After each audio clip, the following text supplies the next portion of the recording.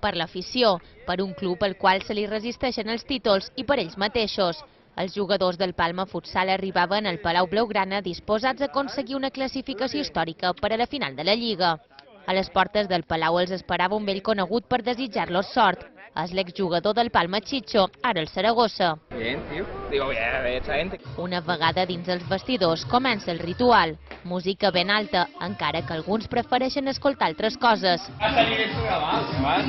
Hi ha bromes, rialles i complicitat, sobretot ganes de guanyar. El capità Carlos Barrón, el lleó de la mesquita, queda un racó, pensatiu, ben concentrat.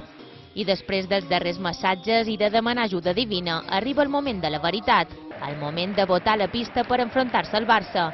A la grada només un aficionat de l'equip palmesà. He vingut a veure el Palma com passa la fase final de futbol sala, vull dir, és un fet històric. El partit igualadíssim no permet ni un moment de relaxació.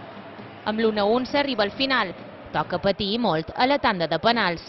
El Palma fa pinya al centre de la pista i Núñez es prepara per llançar. El brasiler no falla, no ho fa tampoc Ferrao pels blaugrana. Quan li toca llançar per a Dinski, el Barça canvia de porter i a la banqueta palmesana no li fa gràcia. Juanjo atura el penal, no falla Lozano ni tampoc Tafi. Si marquen els blaugrana, tot s'acaba. Així ho va viure Vadillo a la banqueta.